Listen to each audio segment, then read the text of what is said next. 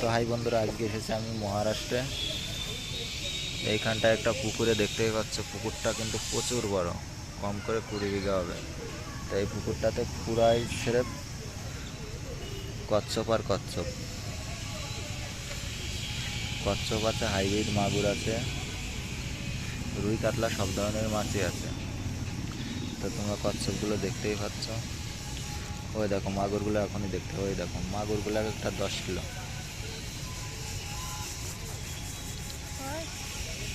দেখো দেখো,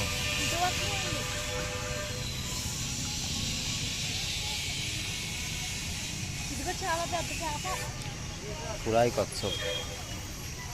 তো যে সকল বন্ধুরা এখনও চ্যানেলটি সাবস্ক্রাইব করে নাই, তারা প্লিজ চ্যানেলটি সাবস্ক্রাইব করো।